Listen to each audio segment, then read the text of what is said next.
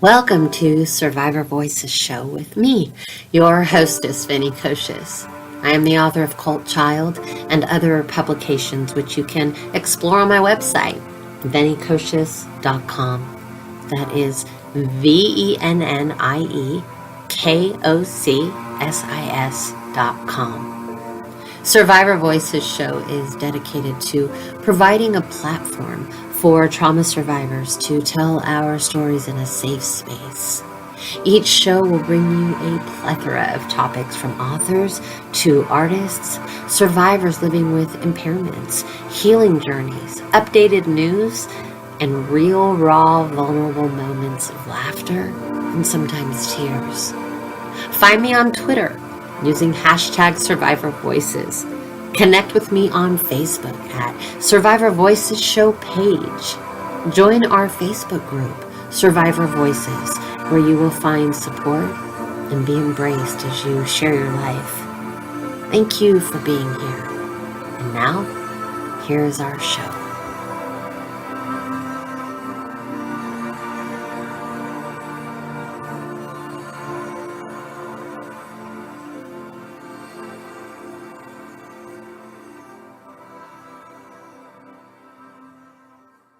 So my guest today is Dolon Hickmon. He is the incredible author of a book entitled 1324, A Story of Faith and Obsession.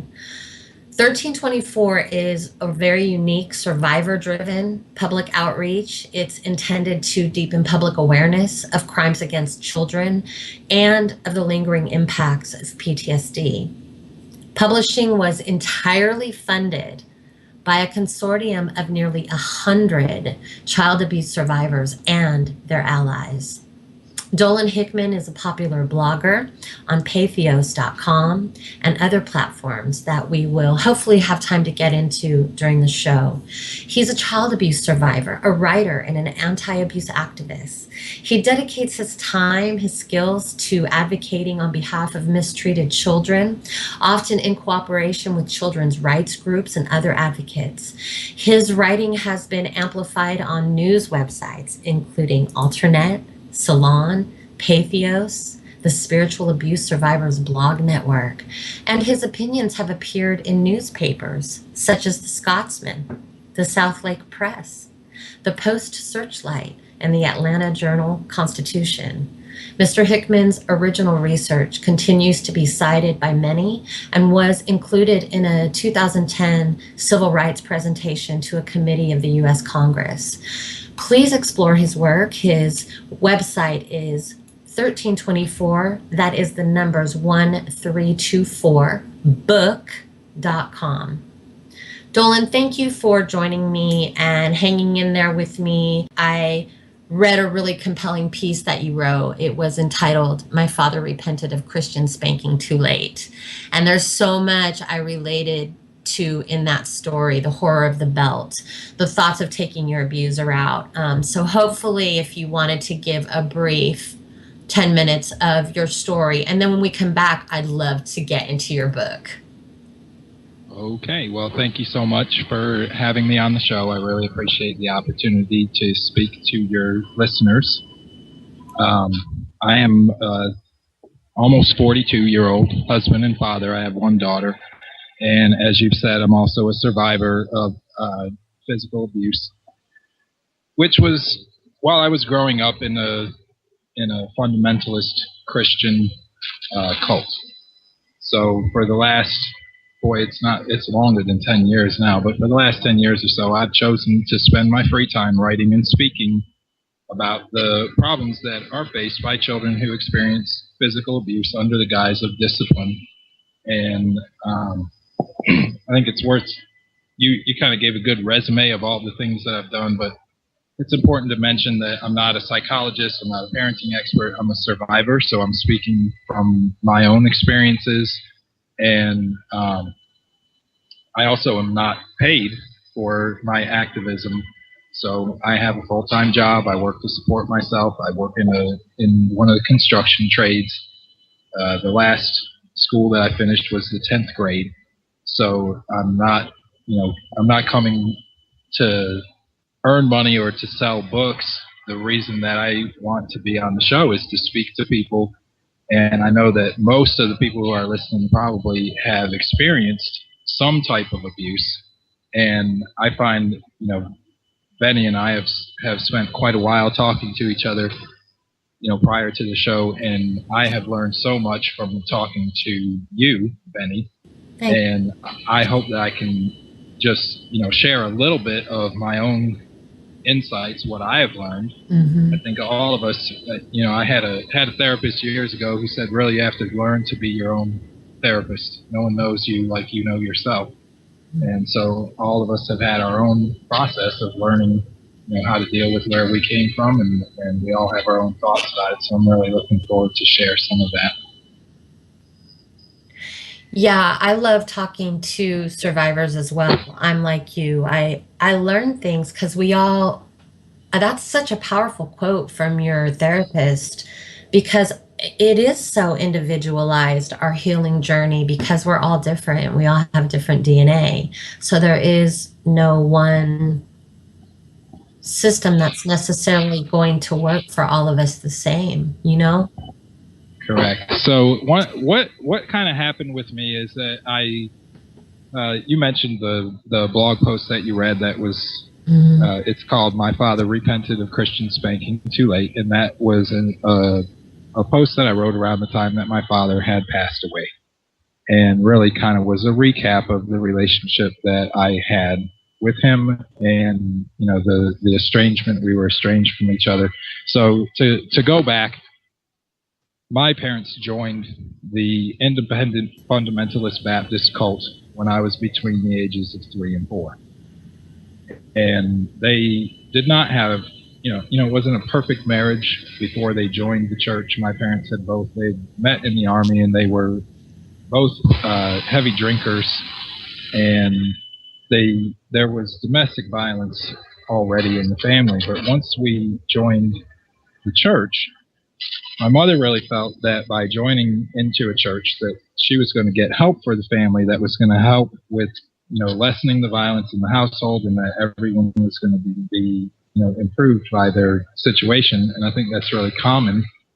Everybody goes to church or joins a religion because they're looking for a program of self-improvement, and nobody joins because they're looking to become a worse person or to be, more immoral.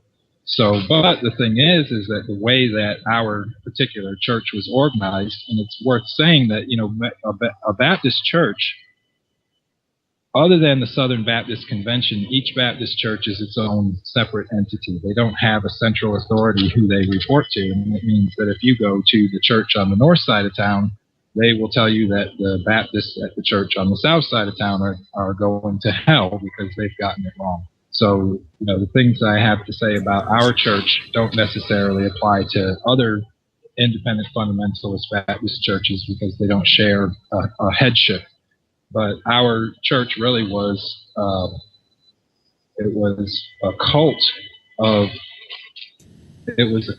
child whipping is the best way that I can put it. And what I mean by that is that was the topic of the sermons. More often than not, were about the ways that the world was going sideways, and that the ultimate cause of all of this was that children were not receiving the discipline that they needed at home. So the difference, before joining the church, my father, if he was upset, he might throw an ashtray at me. He might throw a shoe at me. He might hit me with a belt and chase me out the door, but there was no determined effort. Essentially, he just wanted us to go away. So if we stayed out of his way, then he didn't bother us. After joining the church, he learned at the church the idea of first-time obedience, that the first time that you say something, that the child should immediately comply. The idea that you have to punish bad attitudes as well as bad behavior, so you could be punished for having the wrong look on your face, or for smiling at the wrong moment, or anything like that. And also the necessity of whipping your children for every infraction. So the underlying doctrine, and a lot of people who grew up in cults will be familiar with this already, but I'm going to repeat it for anyone Dolan, you found your father later in life, and I was reading this on one of the posts that you did. I mean, and something that you said really sunk into me so deep. You said, he'd gone from being my mortal enemy to being just an old woodworker who I could trust with the terrible truth about my father. And it made me consider, sometimes it passes through my mind, what would my mother have been like had she healed, had she talked, and then the other side of that coin, had she not healed, and how that would have damaged me, the lack of accountability, and your description of having to clean out his space and everything you went through. In regards to your book and moving into that and bringing all of your experiences into this phenomenal piece of work. And I was curious, like, how did that begin for you? How did you create, like, the main character in your book, this musician, Josh, who's the lead singer of this band? How did you come to that space? Well, I'm also a musician. I play guitar, I sing, and I write music and lyrics. So the character of Josh is really based on based on a song by Disturbed that's called "Down with the Sickness," and it's about physical abuse. And I heard this song at the first time that I heard it. I'll never forget the first time I heard it. I was at it plays over the closing trailer for the remake of Dawn of the Dead. And as soon as I heard it, it kind of struck me. But it wasn't until I dissected the lyrics that I really realized what he was singing about. And from that song, I had kind of the idea of this singer who was going to represent the adult version of the abuse victim. So Josh's character, his father is a fundamentalist minister, and he's actually for the early chapters of the book is writing a Christian parenting manual. And what's really unique about the character of Josh is that what we see is in flashbacks in the story, we see the process of the abuse that his father metes out to him in the name of religion. But then we also see the aftermath as he processes through his experiences as an adult. We see that the way that he reflects on this is expressed in his music. So for the book, I wrote an entire album of lyrics and an entire a whole sequence that follows the band from the beginning of his career, where he's writing music alone in his bedroom, through playing in coffee shops, and then ultimately playing in sold out stadiums. It's kind of a cross between, I would say, like between Kiss and Pink Floyd and Tommy the Who, and all kinds of musical rock opera, I would say. But what's really interesting is woven within this, there is a murder mystery. So the second character that we're following is a boy named Chris, and Chris is a 14-year-old fan of Josh's band. And so he's listening to these lyrics and relating because he has experienced similar abuse in his own life. And so he begins to develop this kind of relationship with the band through the lyrics, and ultimately he reaches out through a fan club letter and actually gets a reply from Josh. And so the center of the story is that eventually Chris murders his mother's boyfriend, and the police become involved trying to determine not who committed the murder, but why. So Chris is running from the police, and the detectives are chasing him.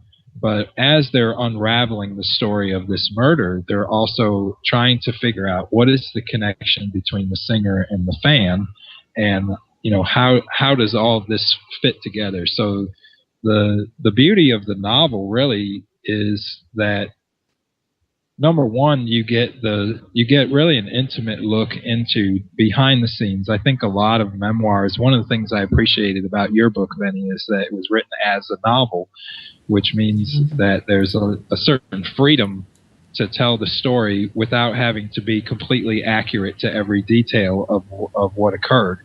And, you know, I think a lot of times there's a higher truth that you can aspire to than just being accurate in you know, putting quotation marks around what someone said. But well, I wanted to just say this, if you don't mind. My book, every memory in there is verified. There is no embellishing at all in my book. So while there is a first person voice and I don't use my name, it is a novelized memoir. So that's kind of a new genre that's happening, because a lot of us trauma survivors find it a little bit easier sometimes to write our trauma with a third person voice from a first person perspective. So I just wanted to clarify that I spent years verifying the memories in that book. So there's nothing embellished in my novel at all. But I understand what you're saying, so I'll let you. Well, well, I agree with you, is that there is a new genre of writing that's emerging. Mm-hmm. Yeah. And one of the centerpieces of this, I think, you know, the publishing business pushes a certain type of story, and in particular, the stories have to have, I wouldn't say a happy ending, but in some way an uplifting or a resolution that is you know, satisfactory to the readers. And one of the things that I felt as I started writing is I really disliked the presentation that a lot of survivors were being shoehorned, I felt, into the same kinds of storylines and the same kind of story arc. So my vision for the story was really to create a book that would appeal to a different audience. And I have been incredibly successful. Most of the books that are being purchased and being read are being read by crime fiction fans who are fans of you know, cop drama or forensic thrillers. So I don't even market the book as a child abuse memoir. Instead, I'm marketing it to people who otherwise wouldn't read it, and that's really the magic of the story. And I think, though, also, if you're a survivor and you're trying to read, one of the obstacles to getting through memoirs is that it can be just so emotionally taxing, reading page after page. So one of the nice things, I keep my chapters short. A lot of them are only 5 to 7 pages, and we go very yeah, we go very deep into the, you know, understanding. I think it's important that we do say what happened, because it's significant. I find it very it's irritating to me when I see the topic approached in film. They kind of show the lead up to when the abuse is going to happen, and then the camera pans away and they play some sad piano music. And what comes across is that, you know, child abuse is sad. It's pathetic, and it's something that makes us want to cry. Well, the reality, though, is when you're in that situation, sad is not how you're feeling. It's terrifying, it's horrifying, you know, it's frightening. And so really trying to put people who haven't had that experience into that position, but at the same time to not overwhelm, because it's so easy. The subject matter is so heavy. So what happens in my novel is that after we see a little flashback, we move to a story about the rise of Josh and his band, and of course he has a romance that's going on with the drummer. He has the female drummer of the band. Her name is Lindsay. So there's romance that's developing between the two of them. And of course that also is relevant because it goes into the relationship problems that develop for someone who has post-traumatic stress disorder, and the issues with intimacy and sexuality and all of this. And, you know, so that is developed in another storyline. And of course the music also is very cathartic. It gives you you know, it ranges from very slow and emotionally overwrought to very angry, you know, heavy metal. So, and of course they're using the theatricality of a stage production to present some of the biblical exegesis of what actually is the source of this. So the book goes all the way back to the story of King Solomon, who is credited as the author of the Proverbs. And that is explored on stage using these, phenomenal, huge, giant bronze idol that's 2 stories tall, and there's fire, and there's dancers, and all this. So it really takes something that could have been either emotionally overwhelming, and it breaks it down into a sequence of there's action scenes and motorcycle chases and gunfights and detective work and all the kind of stuff that you would typically expect if you were watching a blockbuster movie. But then woven within it is the story about this male survivor. I think that's something as well, is that there are just so few stories where you get to see a focus on someone who is a male survivor of child abuse. Right. Not just, boys are cute when they're small, but they grow up into men who have mental illness, and they are drug addicted, and they are no longer cute and cuddly and appealing.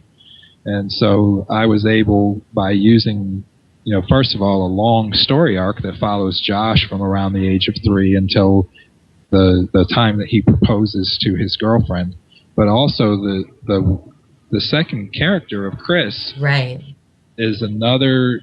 And Josh and Chris really are both male victims of similar abuse, although it's not identical. But they also represent 2 different pathways, because where Chris, all the anger and the rage and the self-loathing that he feels, he turns it outward, and he becomes I don't want to say a serial killer, but he becomes a multiple murderer. Josh, on the other hand, has very similar feelings, but he takes those feelings and he channels them creatively to create music and artwork and try to reach out and touch other people. And so you're also seeing, the two potential paths, that not every survivor is going to be, affected the same way by the same things. That everyone takes their own path and their own journey. And of course, with Chris, it's a tragedy, and with Josh, it's a story of redemption, of really wrestling with his demons and then coming to a conclusion that puts him at peace so that he can proceed with his life. And of course, to me, one of the most important things is it's a musical. So tied into each chapter, each scene of abuse that Josh shares is followed up with a song that encompasses the way that his adult mind has dealt with the things that happened. I never thought of it as a musical, but now that you say that, I'm like, it is. Right. So 1324 is the name of the book, and it's also the name of the album that the band has released. And of course, it has more meanings that are uncovered as the story, proceeds.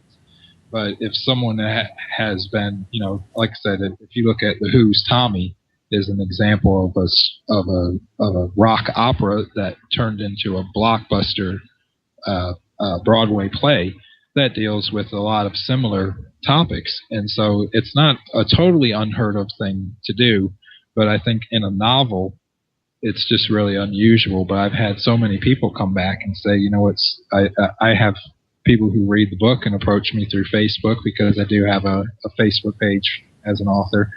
And then one of the common questions they want to hear is the musical output that I have made, which of course, writing music for a fictional band was really unusual, because I'm writing in someone else's voice.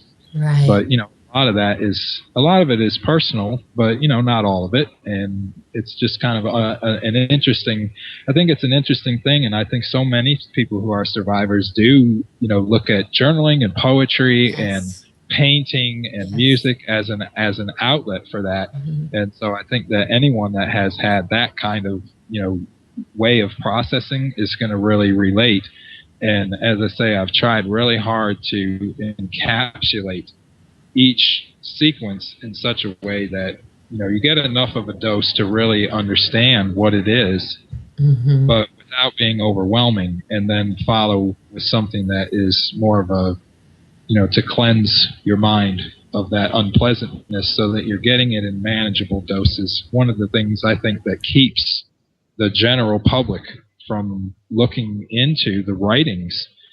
There's so many survivors that have spent years and decades writing their memoirs, and then they don't get read because it's so depressing. People become overwhelmed, just at the thought, and so they avoid it. And consequently, that message that's so vital that people need to hear is rattling around, being read by other survivors who it can help them, but it also needs, I think, to be more and more, not just my book, but more and more people looking for some creative way to get the word out beyond the circle of activists and survivors and therapists and professionals. It reminds me, of what Kathy O'Brien says in her book, PTSD, Time to Heal, where as much as it hurts, but diving into your triggers, and I've done this work, so I've seen the manifestation of this. It does help sometimes release them in a way because you are facing it head on. It's just scary for people because of the physical reactions that can happen when they're looking at their triggers, and your book covers so many different aspects. Even it makes me think of this new movie that came out. It's a 20-minute short, and I think it's going to hit the Cannes Festival soon. You can watch it for free online, but it's called Gaslighting. But it is about a teenage girl who was sexually abused as a child and grew up to be a teenager who was looked at as a problem teenager. Nobody was looking at why. I definitely ran to music and poetry after the cult. It helped me. It was like, oh, okay, that's how you feel.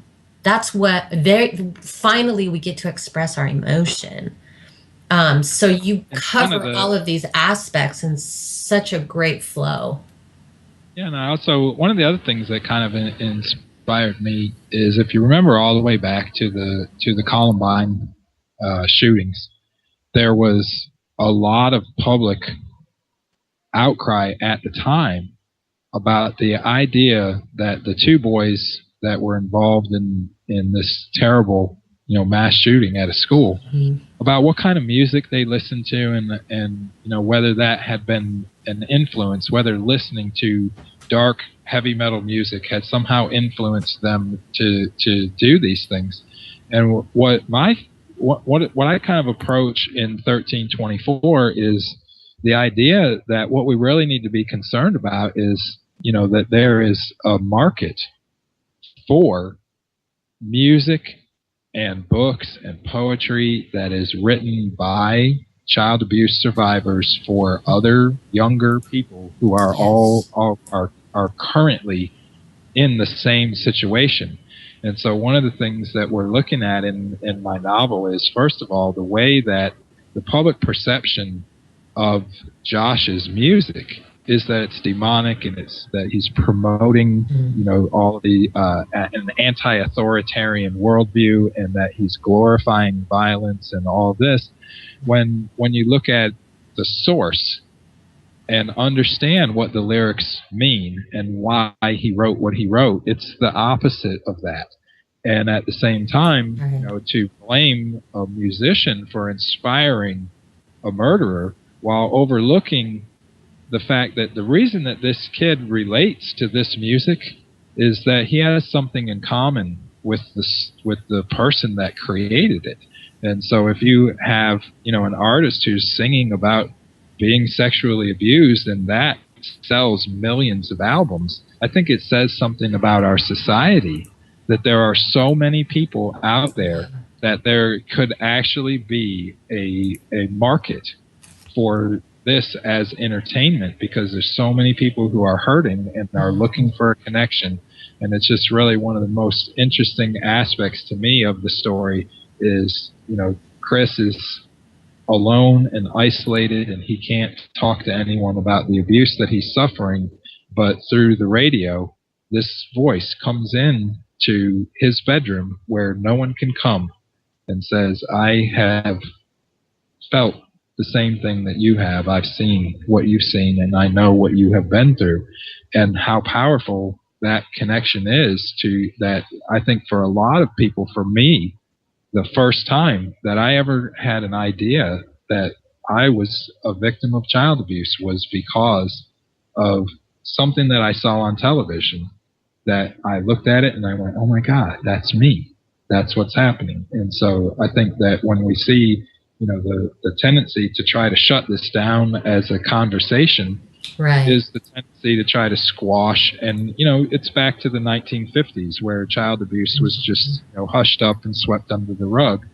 And I think that as, my book is hopefully honestly, I hope that other people will be inspired to write a story that my goal was to take the survivor and put them in the center of the story, because I see these shows like Law and Order, Special Victims, and all these shows about child abuse and child molestation, and the victims are props. They get one monologue in the whole show to describe this event, and then the rest of the show revolves around the recurring characters, which are the police officers, it's the forensic experts. And what I've done is to take that script. We still have everything you'd expect in a Law and Order episode, except that the police officers are now the secondary character, and we get the chance to go in detail and understand that beyond making an arrest and serving warrants and all of this, that the victims have to live with that for a lifetime. It doesn't end. Your Right. police procedural ends when they put handcuffs on the bad guy. But for the victim, that's really just about the beginning of the story. Is when you get to the point of physical safety, now you finally can begin the process of trying to heal from that. And that process, I think that anyone who has been through it or wherever they are, everyone's going to see some aspect of themselves in Josh's journey. Right. As he, and it's nonlinear. He goes and fits and starts, and he gets better, and then he gets worse. And this is an issue that affects every aspect, of his life, and we go into that. So I think it's also a book that if you are a survivor, I would give it to someone who who you care about, who cares about you, but who does not understand how PTSD affects you. This is a book that you could read. A lot of people have told me they read it in a plane ride. So it's so fast moving that you can sit down and read it in the weekend. It is fun to read. We are in that time, I'm noticing. I mean, I definitely, love these books that I can fly through. Wrote my book the same way. I think also catering to that younger audience who needs to, yes, be given our books. One thing that I do deal with, and I have a very empathetic heart towards this, is there's a lot of survivors that say to me, I'm not ready yet to read your book. Have you dealt with that, where people who have been abused have said, I'm scared. I'm scared it's going to trigger me, and because they don't have the tools of how to get through that trigger, should that happen? Well, I think, yeah, absolutely, I do. But what's really interesting is what I hear more often is people say, I've read 5 chapters and I've given up because it's too triggering and I can't. And then a day or two later, they say, I finished it. And so, that's one of the elements of writing a page-turning thriller. It's a psychological thriller, and it's designed to be gripping. We're supposed to grab you on page 1 and make sure that it takes until around chapter 5 or chapter 8 to really introduce all of the elements, and it takes until the middle of the book before I begin criticizing the teaching of the church and pointing out their role in perpetuating this. But what happens is that by the time that you get to that point, you're so interested in finding out what happens to the characters that it becomes impossible not to finish. And I think it's also, as I say, it's not necessarily, I'm fairly far along in my own recovery. I would say that right now, if I were to go, I would not meet the diagnostic criteria to say that I have PTSD. And so, that's something to bear in mind, that depending on where you're at in your process, it may not be the thing for you. But where it really can be a benefit is if you've got a spouse or an intimate partner and you want for them to understand from the inside what it's like to have PTSD. This novel has so many unbelievable scenes where, because it's a novel, there's a particular set of scenes where Josh is meeting with his therapist, and he is having a full-blown PTSD, hallucinations of a flashback of the abuse.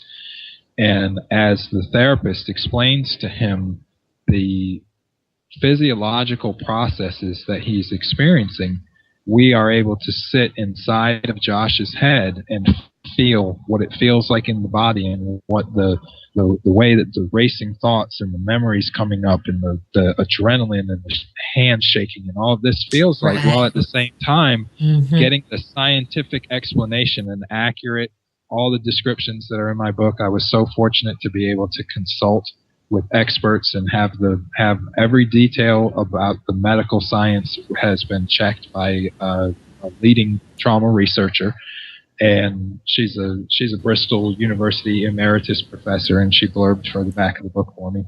So you're getting good, accurate information, but where I would say, it's not enough to make you an expert in the subject, but it's a whole semester of abnormal psychology with a particular emphasis on trauma and recovery, and it's packed into something that anyone is going to find accessible, and there's enough different plot lines going on that there's something for anyone to latch onto. And that means that if you are this is what I hear more often, is people say this sentence, I wish that I had been able to express that, because this expresses what it's really like. And when you have the ability to give that book to somebody that you need to understand what it's like, what am I going through, here's a way that they don't have to go. It's so hard to, I feel like I'm married now for more than 10 years, and I feel badly for my wife that she has to deal with, all of the issues that I have. And but if I had something like my book 10 years ago, hand to her and say, this is what it's all about, we could have fast forwarded through, hundreds of hours of conversation of trying. And, that's really what I've done, is I packed into every sentence of that book works. It does a job to explain something, to move people towards a deeper understanding. And it's not just about child abuse, it's about PTSD and about the lifelong process of recovering. So it really gives, I don't think that you can understand the recovery process without understanding the level of horror that child abuse really is. But at the same time, if all we're doing is telling people about the horror of being a child and living through abuse, then you're really only sharing a tiny portion of the real horror, because the reality is it goes on and on for decades after the abuser is gone. It doesn't end. And seeing how, and also, like I said, with Josh, he gets better and then he gets worse. And the ebb and flow of, Right, that it's not a linear process, and that, when you hear someone say, oh yeah, this happened to me and now I'm fine and everything's great. Well, I can say that today, but I'll tell you what triggered me, to begin writing this book is that I lived through a hurricane. It tore my house apart around me. And that experience reactivated so many memories from my childhood of things that I hadn't dealt with, but I had buried. And so I walk around today knowing that as much as I'm stable and functional, and I could not even qualify for the PTSD diagnosis, that something could happen. If some tragedy were to befall me or my family, it can bring all of that back out again. And I think anyone who's a survivor has seen it, where you feel like you're just standing on top of the world and everything is fine, and then boom, something hits you, and now there's a whole another level that you have to go through in order to get back to being sound. So I think that's something that is really interesting to explore. And as I say, I independently published, we raised over $5,000 to publish the book, all from people who were either survivors or friends and family of survivors. And so we were able to bring this book to market, and it's been a Amazon #1 bestseller, not only in the child abuse category, but also in Kindle store has been a #1 bestseller in the vigilante justice section and a lot of others. Publishers Weekly selected it as a starred review, which it was on the long list for best book of the year in 2014. So all the success that has come out of the concept has really made me feel so much better, because now every day when I wake up, I know I've done something for those kids that are still living in that situation. Whether I'm able to go out and write another blog post today or do anything, someone today is going to download that book, and they're going to go through, and I'm going to have their attention for 100,000 words, which is long enough.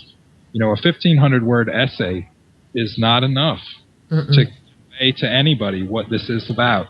And I would rather, I'd rather reach 5,000 people and have their attention for 100,000 words than reach 1 million people with a 1,500-word article that completely, misses 99% of what people need to know. So that's kind of I feel like that's been a big part of my own recovery, is that anytime that I'm feeling, I'm feeling down, or I've had a triggering event this day, open up and go, well, would you look at that? We've got today so many pages that have been read on Kindle Unlimited, and knowing that it's making a difference without me having to, go knock on doors every day and talk to people. The book now, it sells enough copies that it generates enough revenue to pay for its own marketing. And so last year, I think I spent about $13,000 on advertising. Wow. That was all generated by the book. So the money that we raised in the Kickstarter campaign, I have spent many fold more promoting and pushing that message out, because as we sell ebooks, every copy that is sold puts money back into the pot to be able to continue pushing that product out and getting more eyeballs on it. And so it's so astounding to me now that I have this self-perpetuating machine that is out every single day reaching people and carrying that message. And I don't have to work and run like crazy to try to go have a talk with 25 people, when I can talk to 25 people every single day through the book, and have those people come away with so much more than what they could learn from a 1-hour podcast, or from an article, or even I think that reading a textbook cannot give you the same experience of sitting behind the eyeballs of that person and seeing what it really is like to live it. Yeah, I think we really are moving, and not that academia isn't important. However, I do think we are in the time that now all of us are adults, and many of us are telling our stories, and it is the time of the experiencer. When someone reads my book and they say, I'm speechless, I go, yes. I want them to be speechless. I want it to have that impact. I want them to understand. They say, there were so many pieces missing. And I go, yeah, welcome to my childhood. Welcome to the blanks. So telling something really authentically like that, it does have that impact. And it is important for people to, especially with kids, to know what's going on in their mind, that they don't care what political system you believe. They don't care about any of that. They just want to be safe. So one of the things as well that I kind of really want to focus on in my novel is we all, whether we're Christian or we're not Christian, we live, if you're American, you live in a culture that is culturally Christian. And so much of child rearing and definitions of marriage and how, men and women are supposed to relate to each other, all of these things are, being derived from a Christian worldview that is still being perpetuated. So one of the things about corporal punishment of children is the equation that physical child abuse is somehow caused by parental anger. And this is really frustrating to me, because the experience that I had is that when my father abused me, he was very calm and very deliberate. It wasn't a case of explosive anger. It was very methodical. And as I have read through and studied, case after case, you find, like, one of the ones that stands out to me is Pam and Dwayne Hardy. and this is a couple that adopted a 10-year-old and a 6-year-old who they met at a summer Bible day camp, and they were so abusive that when the children were finally taken from the home, their hands were swollen to where they couldn't grip anything from being hit with a spoon, and permanent scarring on the backs of their body from being hit with a belt. But the quote that just sticks in my heart is the little boy in court says that he says, "Mrs. Hardy spanked me every day until blood spattered on the walls." And then when they asked him to describe his father's reaction to drawing blood during the spanking, the boy told the court, he said, "I ruined his belt." So this is the thing, is that this is a reign of terror that goes on for months and years of daily beatings. And so the idea that someone is in a fit of rage every day, month in and month out, year in and year out, it's absurd. This is a type of abuse that occurs where people are angry, and it's a very destructive type of abuse. If a grown man hauls off and punches a 5-year-old in the head, he's liable to kill that child. So it's a serious type of abuse, but at the same token, it's not the only type of abuse. And when you look into the cases that particularly affect the church, the ones that make the headlines always are fatal. So, it's Sean Paddock and Hannah, I can't remember her name now. So, but these cases really are the minority. Fatal child abuse is a minority of cases. There's 1.5 million confirmed cases of physical abuse in the United States every single year. And the vast majority of those are not going to be fatal abuse, but it doesn't mean that it isn't important. So I deal in 1324, I deal with the issue of sadomasochistic child abuse. And this is an area where there's so little conversation, and a lot of people have said, wow, that was mind-blowing. I never even considered this. What I want to point out, though, is that even though this is a subject that we're dealing with, it also is symbolic and has a deeper meaning. And what it is that any time that a parent is engaging in a pattern of abuse, there is a emotional need that is being met for that parent by that behavior.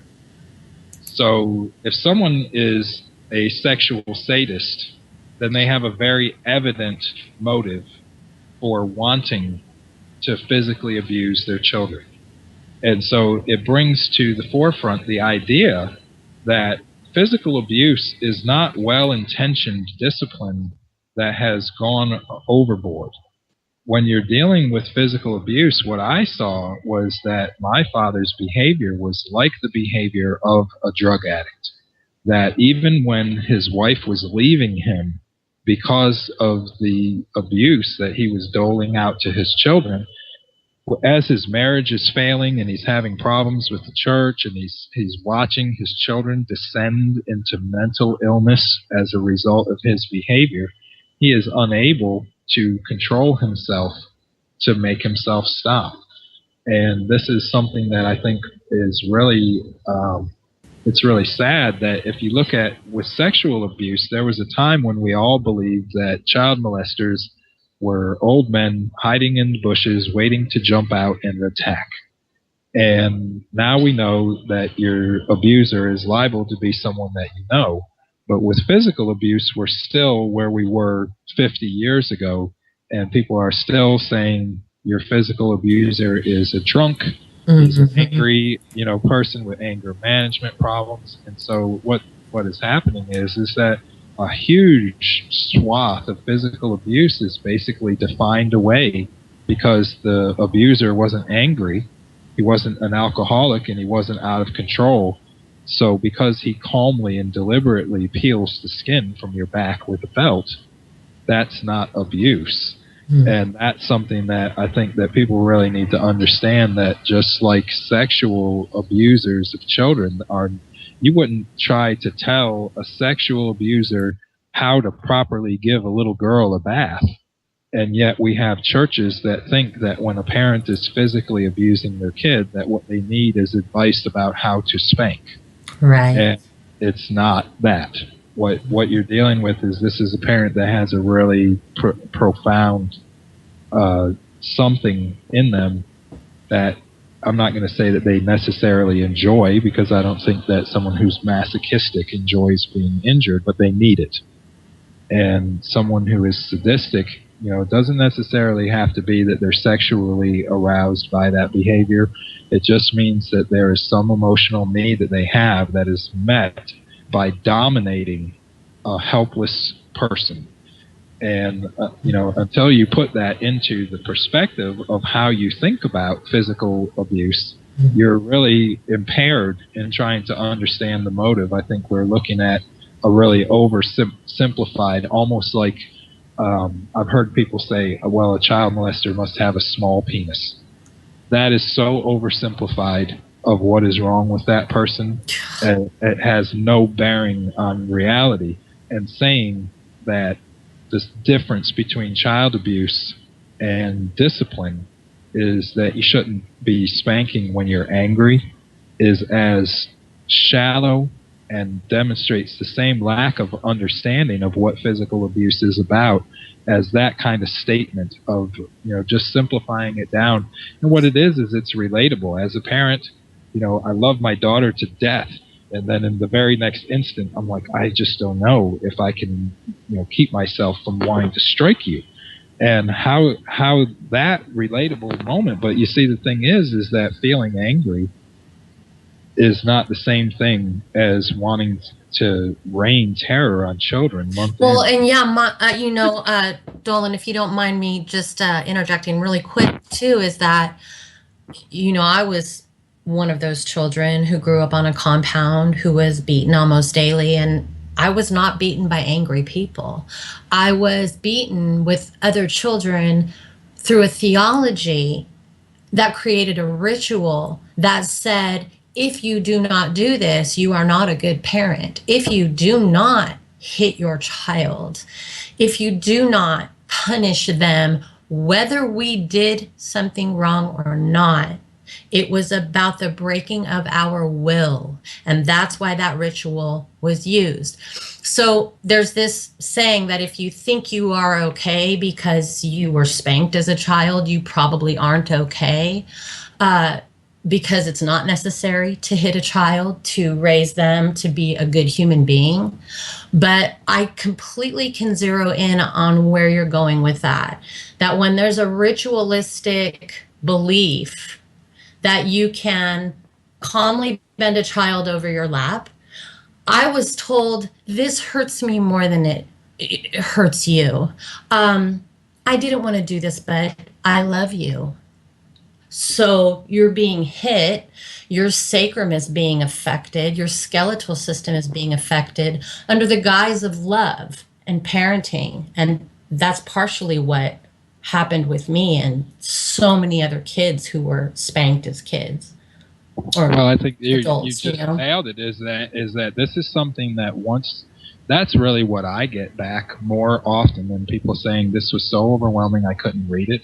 Is I have people who come to me and they go, all these years I didn't know my abuser was a sadist. And once you look at it, it's impossible to unsee. It's one of those thought processes that it remains so hidden because it's not discussed. But once you are thinking in those terms, you begin to see it everywhere. And dealing with it as the way that particular dynamic of having someone say I love you and I'm doing this for your own benefit and it hurts me more than it hurts you is one of the central themes of the injury that Josh is contending with. Is trying to balance the on the one hand the teaching that says there's a God who loves us and protects us and wants us to be happy and whole and well, and yet when Josh prays, he prays for relief from this abuse and there is no relief. And then on the other hand, the necessity of having to depend on your parents, and so you don't want to think that your parent is possibly doing something Right. to harm you. It's almost the worst possible thing is the realization, if you've been the victim of sexual abuse and you were young enough not to understand even that it's sex, at some point you have to acknowledge that this person did this for enjoyment. Would that you they derive would you pleasure from it. would you consider that not every parent who strikes their child is a bad parent? Some of them do it under the guise of a belief system. Some of it is generational. They were spanked, so they think that's the only way they know how to parent. Would you consider that if that parent had been shown a more positive way of parenting, that child could have avoided being hit? Do you see where I'm going with Well, I the wouldn't view possibility it. that Yeah, I not mean, all parents are sadists, basically, that spank their oh, of children? course not. I mean, that would be absurd to say that. But I think that what you have to understand is that once you have realized, well, let's take for example, if you have a parent and this parent is a pedophile, and so consequently he finds reasons to bathe his daughters. And so the kids, from their perspective, they're not aware of a sexual motive if it's covert abuse, meaning that they're not doing anything overtly sexual. It can go on for years and years, and even when the kid says, "I feel gross, I don't want to do this," it's something is wrong, and the parent says, "Look, all I'm doing is giving my kid a bath." And so when you're dealing with sadistic parents who are covering their behavior and calling it discipline, there's so many cases, and I have a lot of them listed on the website, of school administrators who are filming themselves. There is a lot of sadism being covered up under the guise of discipline when it comes to children, and whether people want to look at it or not, you have to look at it. Do I want to look at my mother and accept that she was grossly damaged? Maybe not. It hurts. It hurts really bad. But it's a reality and it's a truth. And she wasn't like that before this cult lured her in. She was a woman who played and went to parties. And so this belief system and this mind control is very deep. And it's okay to accept that you were hit as a child and it wasn't good, and it doesn't necessarily mean that you had horrible parents. Maybe that's all they knew, but it still damages us. And if you think you're okay, look at your behavior. If you're somebody who lashes out, if you have a drinking problem, if you are unhealthy, if you have any self-deprecating behaviors, we're not okay. And it's okay to link that to, what? Maybe I have chronic pain because I was hit so many times on my rear end as a child. Maybe I have fear or in the pit of my stomach because I feared being spanked. There's so many things that we can look at and mend and heal ourselves and these connections, many of us with broken parental bonds. So I hope that you all will just look at that from a perspective of healing and really dig into Dolon Hickmon's work. He's a quite brilliant mind.